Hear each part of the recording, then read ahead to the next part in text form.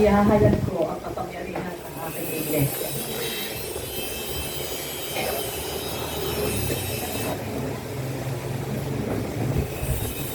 Yun lamang nagpapakabanag-banag at sumusunod sa aking salita na may pag-ibig at pagtitiis ang aking kukunin. Magtiyaga kayo at laging tingin ang aking salita. Oh. Okay, good morning mga kapatid. Katulad ng sinabi ng mga mensahe ng prophet, pagpapatuloy lang ng Espiritu Santo ang mensahe ngayon. Mag-iingat tayo sa backsliding, yung pagtalikod sa pananampalataya.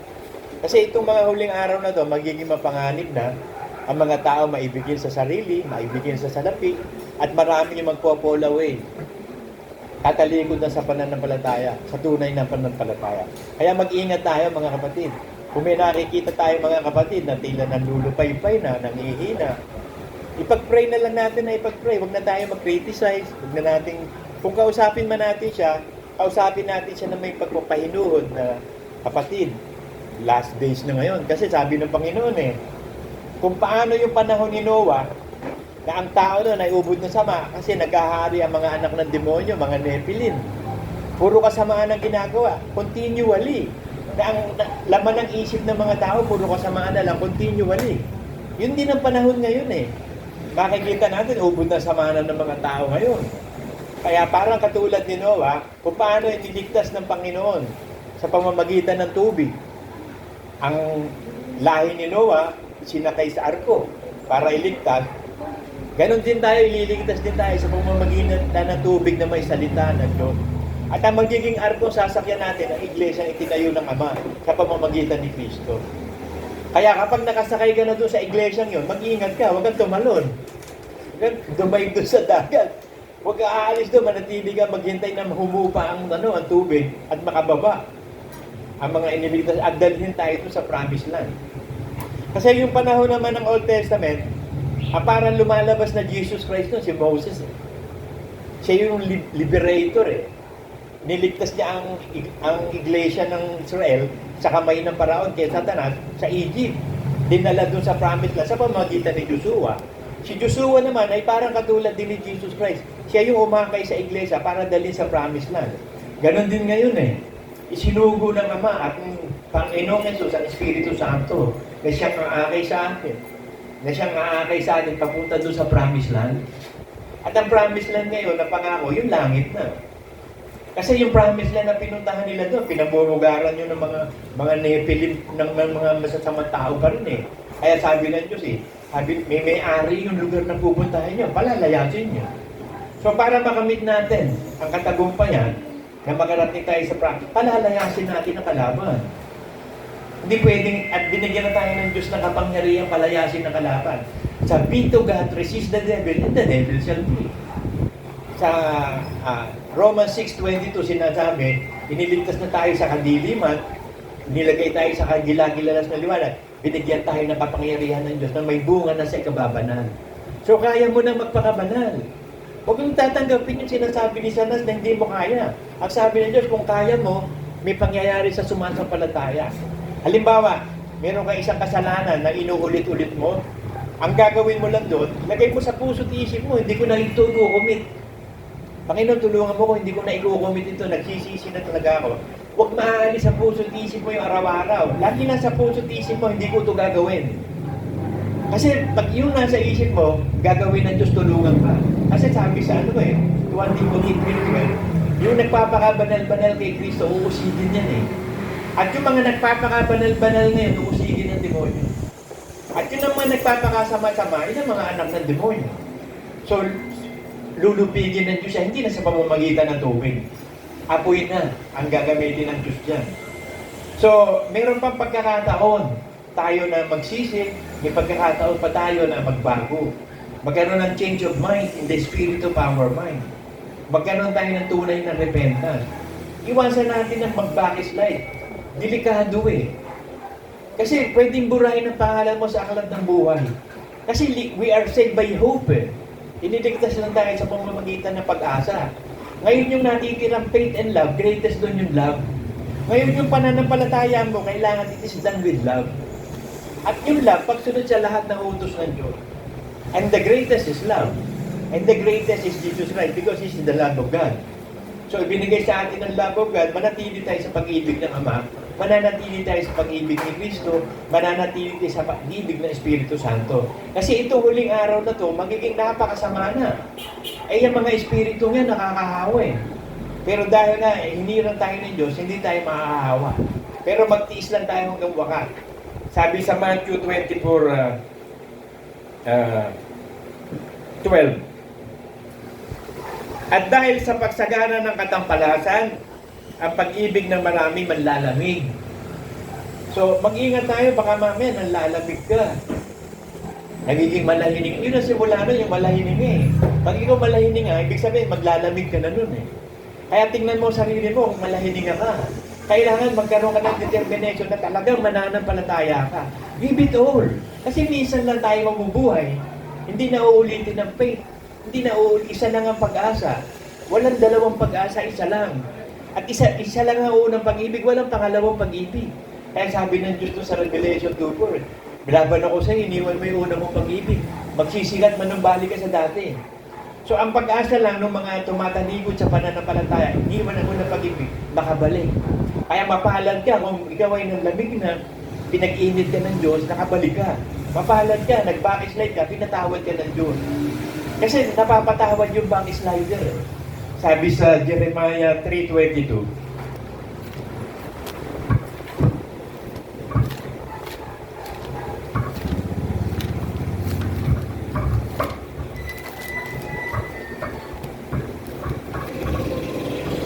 kayo'y manubalik, kayo nagsitalikod ng mga anak. Aking pagagalingin ang inyong pagtalikod. So yung backsliding, napapatawad yun eh. Ang kasalanan hindi napapatawad, yung blasphemy to the Holy Spirit, hindi napapatawad yun. Sabi sa Matthew 12:31-32,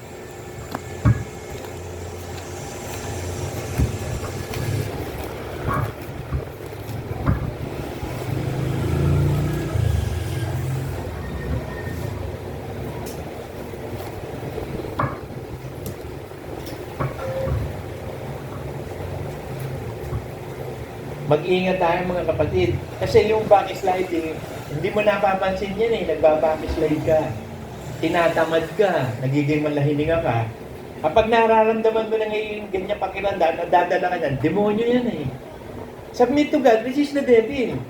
Pagpasakot ka na sa Diyos, pray that you will not fall into temptation. Humingi ka naman tulong agad sa Diyos. Panginoon, nararamdaman ko, pandalamig ko, nanlulupay-pay ako. Tulungan mo ako, palakasin mo pananampalataya ako. Pag nakita ng Diyos yun, nananalangin ka na, palalakasin ang faith mo. Kasi ganun ang ginawa ng Panginoon sa mga apostol, di ba? Sabi ng mga apostol, Panginoon, palakasin mo po ang aming pananampalataya. So, hihingi tayo ng lakas sa Diyos. Kasi ang lakas lang natin sa Diyos, hindi naman natin kaya eh. Sabi sa Jeremiah 10:23, wala sa tao ang magtuwid ng kanyang landas. Ang Diyos lang ang pwede magtuwid. So, hindi ka natin kayang ituwid ang ating buhay.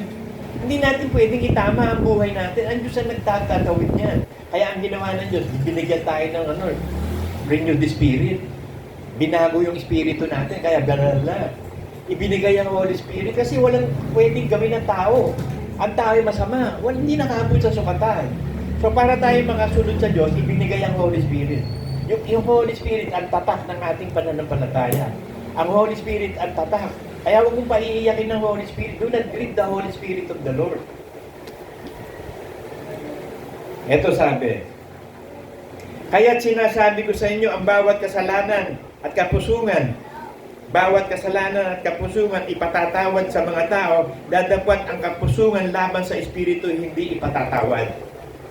At ang sino magsalita ng isang salitang laban sa anak ng tao ipatatawad sa kanya, dadapot at sino man magsalita laban sa Espiritu Santo ay hindi ipatatawad sa kanya kahit sa sanlibutan ito o maging sa darating. Kahit ano pang darating na sanlibutan, pag nag-blaspheme ka sa, you go against the Holy Spirit of God, wala ka ng kapatawaran. Yun ang delikado kasi yung mga nagbabacksliding na, pag pumasok na sila doon sa talagang nadaig na ng kasamaan ang buhay nila, magbablaspheme sa Holy Spirit, hindi na mapapatawad. Kasi intentional na ginawa. Hebrews 6:4-6 na papasok sa kanila.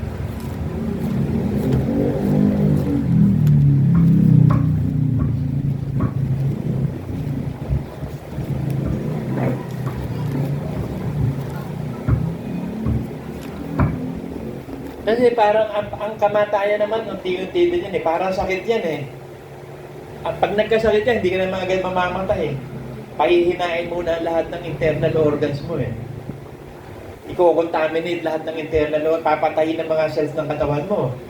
Unti-unti ka nang unti-unti papatay. Tsaka ka lang mamamatay pag oras na ng kamatayan. So ganun din ang ano eh. Ang kamatayan sa spiritual eh. Unti-unti din yan eh. Pag nararamdaman mo na nanghihina ka na, nanlulupay-pipay ka na, nanlalamig ka na, unti-unti yan eh. Hanggang sa ayaw mo na, nahulog ka na sa sarili mong katiyagaan. Ayaw mo na. So yun ang pagkakataon ng demonyo ngayon. Na talagang kunin ka na ng mabuti, talagang tatarbahuhin ka na ng todo para mag-blaspheme ka sa Holy Spirit. Kaya sabi, magsalita ka ng laban sa anak, ipatatawad. Pero pag nagsalita ka ng laban sa Espiritu, hindi ipatatawad. Kaya nakakatakot yung iba ngayon eh, yung mga Kristiyanong gulo. Yung speaking of that, sa demonyo yan. Eh kung ako yung Espiritu Santo nagsasalita, sabi, di blaspheme into the Holy Spirit na yun. Hindi nila alam ang sinasabi nila eh. Nakakatakot yung mga pinagsasabi nila. Samantalang nasa Bible naman yun, kaya lang wala silang Holy Spirit, kaya hindi nila maintindihan. Eh kahit hindi naman ipatatawad sa kanila ng Diyos, dahil sabi ng Diyos eh. Pag nagsalita ka ng laban sa Spirit, hindi ka na mapapatawad kailan pa man. Pero kapag yung mga backsliding in heart lang, patatawad pa. Sabi sa Hosea 14:4.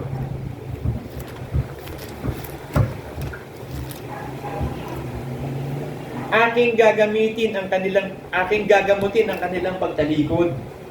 Akin silang iibigin may kalayaan. Sapagkat ang aking galit ay humihiwalay na sa kanila. So kaya humiwalay ang galit ng Diyos sa Israel, may pangako siya sa patriarka eh. May pangako siya kay Abraham, kay Isaac, kay Jacob. Lahat ng patriarka may pangako ang Diyos sa bayang Israel, ililigtas niya ang bayang Israel. Eh kaso sobrang tigas ng ulo, nag-backslide. Sa pagbabakslide sila, balikin sila ng Diyos. Since 1948, nakabalik ang Israel sa pagiging nation. So, pero ang religion nila ngayon, Judaismo pa rin. Monotheism pa rin, believing of one God. Katulad ng Muslim. Monotheism yun eh, believing of one God. Ang ginodiyos nila si Allah, yun ang ginodiyos ni Abraham, yun ang Diyos din nila. Ang problema, hindi nila ginodiyos si Jesus Christ. Kaya doon sila na-disgrasya, hindi sila pwede maligtas. Kasi isa lang ang daang ibinigay na pangalan sa ilalim ng langit na yung katikaligtas ng tao. Only in the name of Jesus Christ. No one can go to the Father except by Jesus Christ. Kaya napakapalad natin eh. Nasa atin ang Ama, nasa atin ang Anak, nasa atin ang Espiritu. Yung Godhead, kumikilos ang Diyos sa buhay natin. Gumagawa ang Diyos sa buhay natin, gumagawa ng pagliligtas. Kaya ingat lang mabuti sa backslide. Kasi pinag-iingat tayo, sabi sa 2 John 1:8.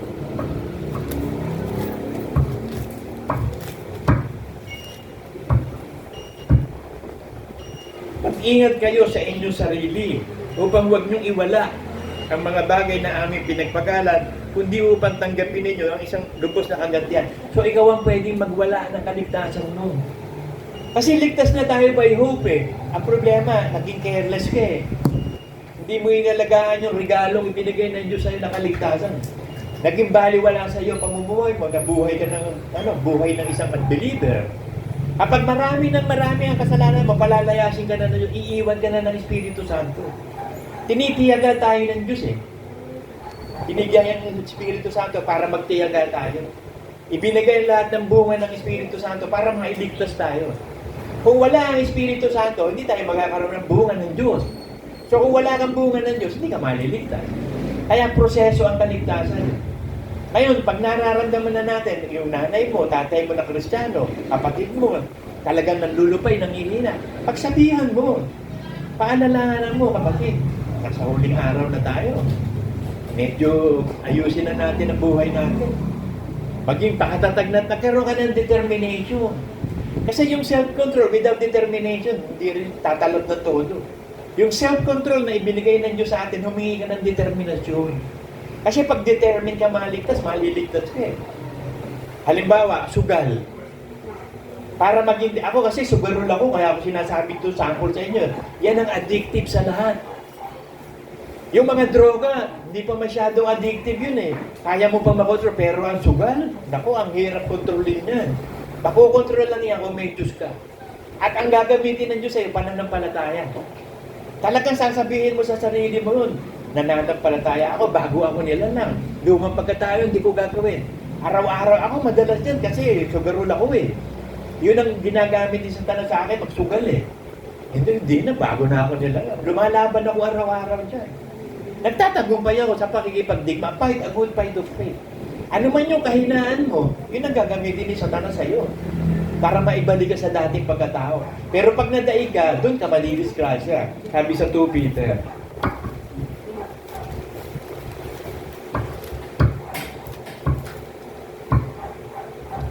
So ang pag-ingatan natin, yung madaig tayo ng lumang pagkatao. Kaya ka madadaig niya, hindi ka lumaban eh. Ano ka, katulad ng isip ni Kristo, 1 Peter 1 po, or 1, nakipagbatas siya sa laman. Talagang hindi siya gumawa ng kasalanan, nilabanan niya ang gawa ng laman. Eh, lumang pagkatao yung laman eh. Labanan mo. Kasi yan ang gagamitin ni Satanas sa iyo, yung kahinaan mo. Kaya ang prayer natin, patawarin mo kami, Panginoon, sa kasalanan at mga kahinaan namin. Kasi meron tayong weak points. Lahat tayo may weak points. Eh ako, yan ang weak points ko. Droga, babae, sugal.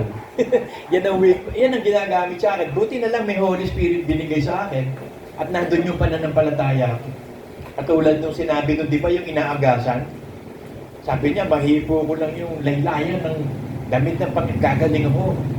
Di nahipo niya. Sabi ng Panginoon, merong humipo sa akin. Sino yun? Sino yun? Ano sabi ng Panginoon sa kanya?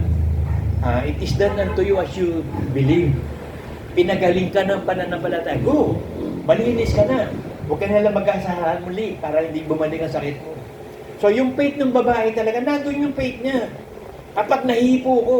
So ganun din tayo eh. Kailangan, bago akong nilalang. Hindi ako papayag na talunin ako ng demonyo. Hindi ako babalik sa dating si Adan hindi, natalo eh. Kasi ang command responsibility kay Adan, hindi naman kay Eva eh. Ang ginawa ng demonyo, inakit si Eva. Dinaya. Ngayon, ang ginawa naman ni Eva, inakit si Adan. Dinaya din ni Eva na kumain ng pinagbabawal ng bunga ng pagkaalam ng tama at mali. Pwede labanan ni Adan yun eh. Kaso alam na din ng Diyos na magkakaroon ng Adam's fall eh. Adam's apple. Talaga, the fall of man. Pumasok ang kasalanan sa pamamagitan ni Adan. At pumasok ang kaligtasan sa pamamagitan ni Jesus. He is the last Adam. Yung first Adam, laman yun eh. Yung last Adam, Spiritong nagbibigay buhay yun. Kaya yun ang pagiging born again. Yung unang kapanganakan natin, lahi ni Adan, wala na yun dapat. So lahi na tayo ng Diyos, si Kristo na ang panganay natin. So mabubuhay lang tayo sa kapangyarihan ng Espiritu Santo. Lalaban ka. Huwag kang hindi lalaban. Magtatagumpay ka. Basta labanan mo yung laman. Sabihin mo lang araw-araw sa sarili mo, halimbawa, fornication, adultery, sabihin mo sa sarili mo lagi. Kasi faith cometh after hearing and hearing the Word of God. Dumarating ang kaya pag sinasabi mo, naririnig mo, huwag ka lang magpe-pray ng open, naririnig ni Satanas. Kasi si Satanas nakakakilos lang pag narinig niya. Hindi naman siya nakakabasa ng puso eh. Hindi naman siya Diyos na nakakabasa ng puso at isipan eh. Nakikinig siya. Pag yun pala gusto mo, yari ka. Kaya sabi ng Diyos, kapag mananalangin kayo, pumasok kayo doon sa kwarto, tahimik. Mag-pray ka ng tahimik sa Panginoon. At ang Diyos Ama nakakakita siya, gaganting pala ka. Huwag mo sabihin yung pagpe-pray mo. Alam mo naman si Satanas, pag nala, ganun pala gusto mo, yung pala mithi ng puso mo, kaya alam na niya gagawin sa iyo. Kaya yung ibinigay yung gift of tongues, hindi alam ni Satanas yun eh. Ang Espiritu nagpe-pray. Paano niya kayo kokot? Kasi nakontra ni Satanas yung prayer ni ni Daniel eh. 21 days. Nakapagbuno. Ang yung prince of the devil doon, tinulungan siya ni Gabriel. Tapos dumating si Michael, doon na natalo yung prince of, ang lakas eh. Ang lakas ng power ng pinadala ni Satanas doon eh, kaya napigil ng 21 days. Kaso pagdating ni Michael, talo sila. Si Michael na ang greatest angel eh. Wala nang tatalong angel kay Michael. Si Lucifer dapat sana, pinakamalakas na angel, kaso wala na siya sa Diyos eh. Bagamat nasa kanya kapangyarihan, hindi na uubra, tinago na siya eh. Wala na siya sa sa New Jerusalem eh. Ibinaksak na siya dito sa second heaven, tsaka sa earth. Ngayon, konting araw na lang natitira kay Satanas. Kita na niya yan, kano yung ginagawa niya ngayon. Hindi niyo napapansin, puro lahat ng mga sa internet, nandun lang false teaching, false antichrist, sasabit, mababasa ka doon, what happened before the creation. Hindi nga isinulat eh. Tapos sino ka magsasabing what happened before the creation? What is the life of Jesus Christ below 12 years old? Hindi nga sinabi din dun eh. Alam niyo ang gusto nila sabihin, ang basahin mo, paniwalaan mo, wala sa Bible. Yung mga Nephilim, konti lang nakalagay sa Bible yan eh. Ang binabasa nila, yung Book of Enoch. Nandun lahat ng mga The Watchers eh. Nandun ng mga Pauline eh. Wala naman sa Bible na inspired yan eh. Kaya nga hindi sinama ng Diyos eh, hindi inspired yan eh. Singit ni taning niya mga yan eh. Yung Ophir, na ang Philippines na Ophir, Solomon's yun, teachings ng Jubilee. Hindi naman inspired books yun eh. Kamuntik na ako madali niya. Pinakinggan ko yung Solomon's Mine eh. Ang Philippines daw ang Ophir, nandito lahat ng ginto. Hinahanap ko, asan yung ano, yung Euphrates River dito sa atin. Kung ito nga ang Ophir, ito nga ang Ophir. Eh, yung Garden of Eden, napapaligiran ng ilog yun, ng Gihon, ng Euphrates. Nasa Ethiopia yun eh, nasa Middle East yung Euphrates. Wala naman dito. So, doon, palpak na. So, mali na kaagad. Mali na yung pinalalabas nila. Kasi gusto nilang ipakita yung mga hindi nakasulat sa Bible. Yung mga, yung mga interesting. Kasi yun ng tao, gusto ng tao yung interesting, ayaw ng truth. Gusto nila fables, interesting. Yung mga katang-isip, yun ang gusto nila. Kaya nga falling away na ngayon eh. Tapos ang internet ang ginagamit ng demonyo, nandyan lahat. Nakita ko, sabi, Jesus, the name of Jesus is not Jesus. Kung ano-anong paglapastangan ginagawa nila sa Diyos ngayon. Huwag na kayo mag-attempt na panoorin yun. Title pa lang, alam mo na eh. Title, sa pelikula, pag nanonood ako ng Netflix, title lang ang tinitingnan ko, tsaka sino yung bida. Yung title, okay ito, mga police story ito, titignan mo yung bida. Pag hindi ko kailangan, isa-search ko sa Google. O kapag nandun naman yung konting explanation o pag maganda yung panoorin ko na. So hindi nasasayang ang panood ko. So mamimili ka ng babasahin mo, mamimili ka ng panonoorin mo. Hindi yung nakakita ka lang na sa Diyos na ba yun? Hindi ka nakakita na gano'n, i-join ka na. Hindi. Hindi mo na kailangan mag-join ka. Naka-join ka na sa Diyos eh. Join ka pa mo sa saan. Sapat na yung Biblia. Sabi ng Diyos sa Isaiah 34:16.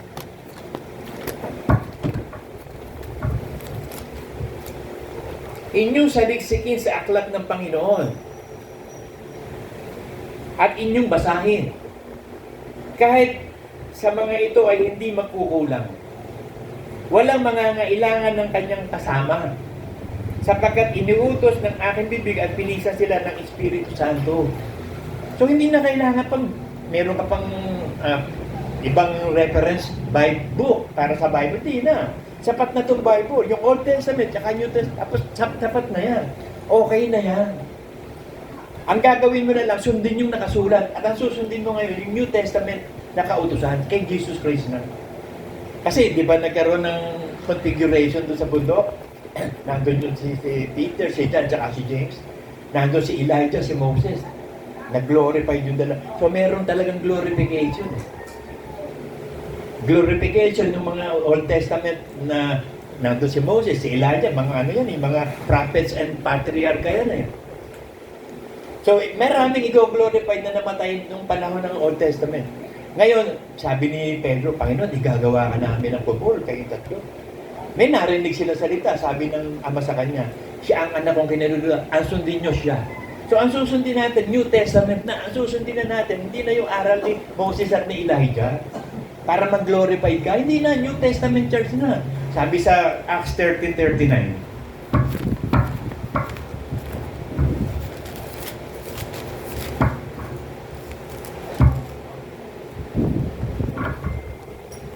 At sa pamamagitan niya nga, bawat mananampalataya ay inaaring ganap sa lahat ng bagay.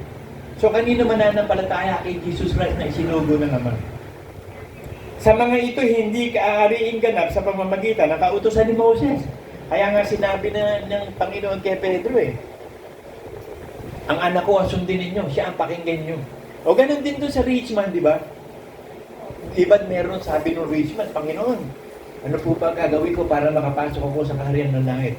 O nasunod mo ba yung mga utos niya? Oo po, bata pa lang po ako, nasunod ko lang lahat yan, 10 commandments. May kulang ka. Ipagbili mo lahat ng kayamanan mo, ipamigay mo sa mahirap, sumunod ka sa akin. So, ang utos naman sa ating mayaman, hindi naman ipamimigay mo eh, yung nasa 1 Timothy 6, yung utos dun sa mayaman, hindi yung inutos dun sa rich man na yun. Eh, so, sobra niya hindi. Ang sabi ni Cristo, sumunod ka sa akin. So, hindi na yung kautosan ni Moses. Nasunod mo nga lahat yan, may kulang ka. Yung pagsunod mo sa akin. Yun ang revelation doon. Sumunod ka sa akin. Sabi niya doon sa rich man. Eh makakasunod ba siya sa utos ni Cristo? Sabi niya, yaman-yaman ko, pinaghirapan ko ito sa pamimigay ko. Hindi naman yun ang talagang utos sa mayaman. May utos sa mayaman. Sa 1 Timothy yun eh. Tignan natin. 1 Timothy 17. So kung mayaman ka ngayon, ito yung utos ni Cristo sa iyo. Ibinigay ng revelation ito kay Pablo. Binigay kay Timothy. Ang mayaman sa sanlibutan ito, pagbilinan mo na huwag magsipag mataas ang pag-iisip. At huwag umasa sa mga kayamanan di nananatili, kundi sa Diyos na siya nagbigay ng ating sagana sa lahat ng bagay upang na siya'y magsigawa ng mabuti, na sila'y magsiyaman sa mabubuting gawa, na sila'y maging handa sa pamimigay, maibigin sa pamamahagi. So, generous giver ka. Pag mayaman ka, nasa loob ka ng iglesia, mayaman ka, hindi mo kailangan ibigay lahat ng pera mo sa iglesia. Maging generous giver ang hinihingi. At lahat ng mabuting gawa. Nakikita mo sa labas, ang daming Ako, nag-iipon ako lagi ng barya 20, 10, 5. Pag kami lalakad na sa kotse, ilalagay ko yun doon sa trunk ng kotse So, pag lang may nakakita kami pulubi doon, meron na kami pang abulo Kawawa yung mga tao, umaasa lang sa nalilimos yan Eh di, pag may nakita ko, sabi ko, Jembo, ano yun?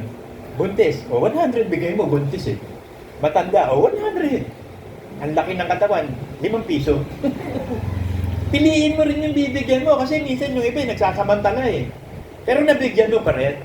Kasi ang sabi na Diyos, bigyan mo yung mahihirap o nasunod mo yung utos. Naging discerning ka lang. Kasi yung buntis, kawawa naman yun. Dalawa kakain doon. Yung fetus na nando, tsaka siya. Yung matanda, uugod-ugod na, hindi na makapagtatrabaho yun. Kaya ang inaalagaan na Diyos, mga ulila at mga balo. Yun ang tunay na religion. Philippians 1:27.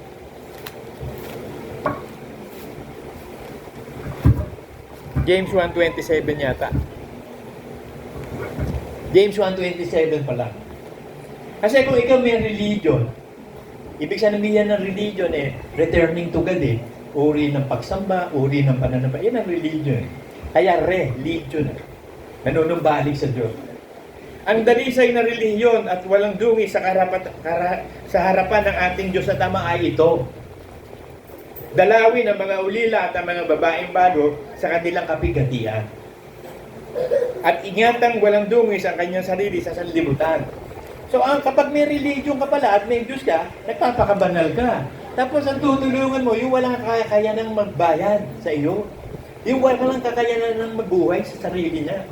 Yung mga balo, sino pa magtatrabaho? Matanda ng babae, sino magtatrabaho? Yung ulila, sino kakalinga? Ulila nga So, sabi ng Diyos, ang lahat ng ulila, ang ama nila. At ang tumutulong sa duka, nagpapautang sa Diyos. At ibabalik ng Diyos sa kanya na sagana. So, pag tinutulungan mo yung mahihirap, yung mga duka, binibigyan mo. Discerning ka nga lang.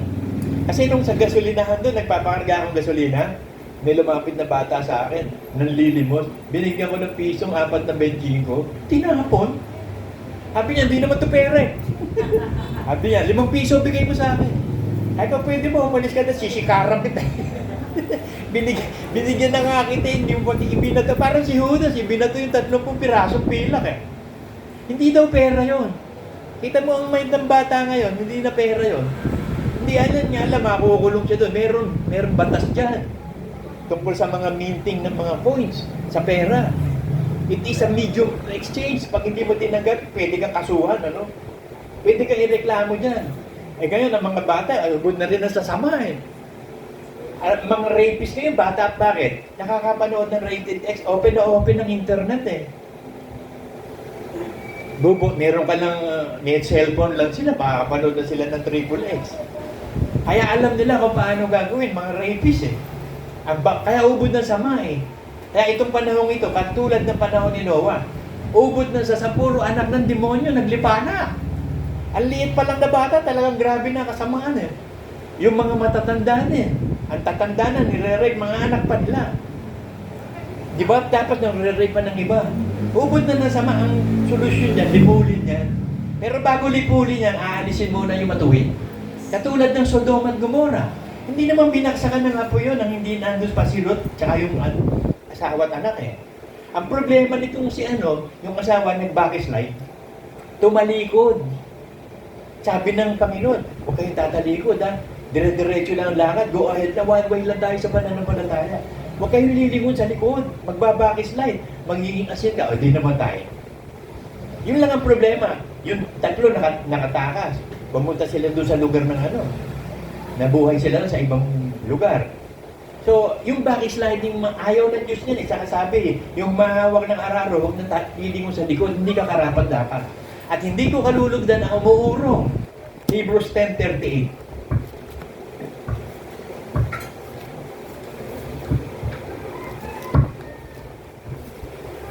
Ngunit ang aking lingkod na matuwid.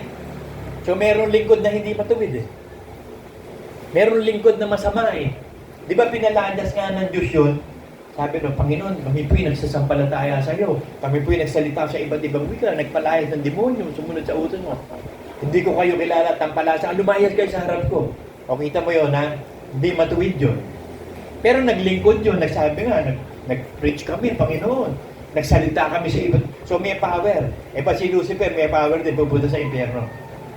Hindi nga inalis yung power, pero sa impyerno pa rin siya pupunta. Ngunit ang aking lingkod na matuwid, mabubuhay sa pananampalataya. So makipaglabang ka. Kasi may ikaw naman ng power magawa eh. Ako nung araw, alam niyo, hindi ko magawang umiwas sa sugal, sa babae, sa alak, sa droga. Alipin talaga ako niyan. Nagtangka ako. 1 buwan, 2 buwan, 3 buwan. Pero bumabalik pa rin ako sa dati. Bumabalik pa rin ako sa dati. Pero nung maging Kristiyano na ako, naintindihan ko pa na born again na talaga ako, na ang proseso ng pagiging born again, isa kang bagong nilalang. Pinaniwalaan ko yung sinabi ng Diyos na may bago ka ng pagkatao. Wala na yung datihang pagkatao mo, may kapangyarihan ka na magpakabanal. Bago ka ng nilalang, mabuhay ka sa bago. Ang anak ng Diyos hindi nagkakasala yan sapagkat nag-iingat sa kanya at hindi siya magagalaw na masama. So hindi ka magagalaw ng demonyo. Submit to God, you can resist the devil. At ang gawalan naman ng devil, magkasala tayo dahil yun ang ginawa niya. Kasi matuwid sa umpisa si Lucifer eh. Pero pinili niya, maging si Satanas siya eh. Tuloy-tuloy na. Nagkaroon tuloy ng opponent, nagkaroon ng kontrabida tuloy yan dyan. Nagkaroon tuloy ng dagat-dagatang apoy.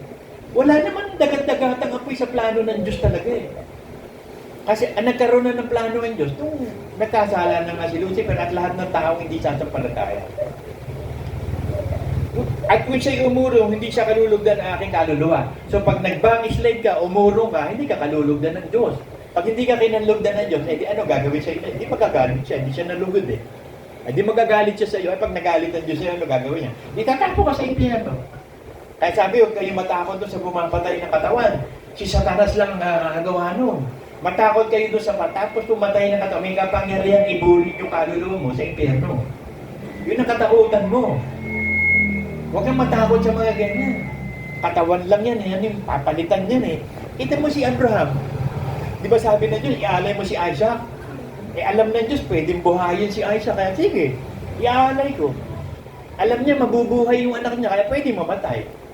O mamatay man ang katawan lupa mo, i-glorified na may una ka pang ang bubuhayin eh. Ikaw ang una makakarinig eh. Bukod sa amin eh. Ikaw yung una kasi namatay ka eh. Kaya ikaw ang unang bibigyan ng premyo ng Diyos. Namatay ka kasi eh. Yung mga buhay, maririnig natin na tinig ng Diyos, si Jesus Christ, mag-glorify tayo. Kaya pag nakita nyo yung mahal mo sa buhay, na-glorified body, ibig sabihin glorified ka na rin mo. Kaya sabi ko nga, pag nakita ko si baby sa harapan dun, sa paanong, kasi yung computer ko at TV nandun sa paanong nakapa ko, nandun din yung earn ni baby. Nandun yun. So pag yung tuwing August 2, na binabalikan ko yung kamatayan ni Queen. Nagsisindi ko doon ng everlasting candle. Meron akong everlasting candle na na di battery. Hanggang ngayon buo pa, hindi na uubos yung apoy na, eternal fire yun Eh di pag yun lang, keep picture of us, yun nga. Konting katahimikan, ganun, ganito, ganyan. Kasi pwede nating alalahanin ang namatay natin. Kasi sabi ng Panginoong Jesus pag ipiraso kayo ng tinapay, inaalala nyo ang aking kamatayan. So ang mga namatay, pwedeng alalahanin, hindi mo na kailangan magpunta doon sa nicho. Baka ma-hold up ka pa doon Nag-aabag yung mga dami doon sa nicho. Huwag na pwede mo na mga alalahanin yung mahal mo sa buhay na nandun ka sa bahay, magpupunta ka pa doon, masagasaan ka pa. So wala, okay lang yung alalahanin natin. Yung ganyan lang ginagawa ko pagdating ng anniversary, death anniversary niya, yun lang. No, ang tagal na pala, 2020, 5 years na pala. 5 years na pala yung patay. Si Brother Manny, 2000 yun 2,000. Oo nga, 25 years na pala. Ang bilis ng panahon, na hindi natin napapansin, tumatanda na pala tayo, diba? Hindi natin napapansin, pumuputi na ng todo buhok natin. Eh ako, nagtatalagay lang ako kay Daniel ng tina para umitim Puti na rin lahat yan. So mga kapatid, wala tayong gagawin kundi magpatuloy sa pananampalataya in Jesus' name. Amen!